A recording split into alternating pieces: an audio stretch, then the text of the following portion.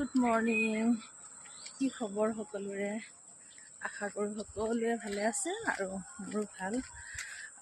মই অলপ দিন ব্যস্ত থাকিম, যেতিয়া যেনেকৈ পাৰোঁ চেষ্টা কৰিম আৰু এটাকে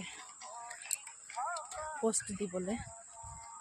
আৰু আপোনালোকৰ পোষ্টত লাইক কমেণ্ট অকণমান চাগে কম হ'ব, কাৰণ মই অলপ বিজি থাকিম। আৰু কিহৰ কাৰণে বিজি থাকিম জনাম আপোনালোকে। এতিয়া আপোনালোকে বেয়া চেয়া নাপাবা আৰু দেই। ওলাইছোঁ আজি ৰাতিপুৱা খোজকাঢ়িবলৈ।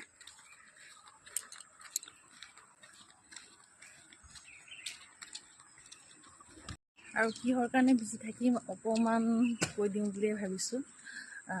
মোৰ ডাঙৰ ছোৱালীৰ গা বেয়া মানে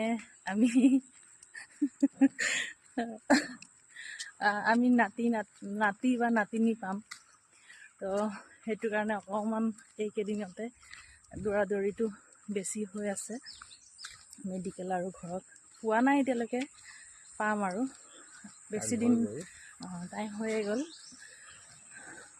বহুত সোনকালে, অতি সোনকালে আমি পাম। সেইটো কাৰণে অকণমান দৌৰাদৌৰি হ'ব। ঘৰতো আলহী আহি আছে গৈ আছে। ছোৱালী এতিয়া আমাৰ ঘৰতে আছে। তো সেইটো কাৰণে আলহী অহা যোৱা, ঘৰত মানুহ আহি আছে। এইফালে ছোৱালীৰো অকণমান গাটো অসুস্থ, সেইটো কাৰণে অকণমান ব্যস্ত থাকিম। বাকী আপোনালোকক দেখুৱাম। আৰু আপোনালোকে সকলোৱে আশীৰ্বাদ কৰিব ছোৱালীজনী যাতে ভালে ভালে ডেলিভাৰী হৈ যায়, মা সন্তান দুয়ো যাতে সুস্থ থাকে। আপোনালোকৰ পৰা অকণমান বিচাৰিছোঁ। আশীৰ্বাদ কৰিব সকলোৱে।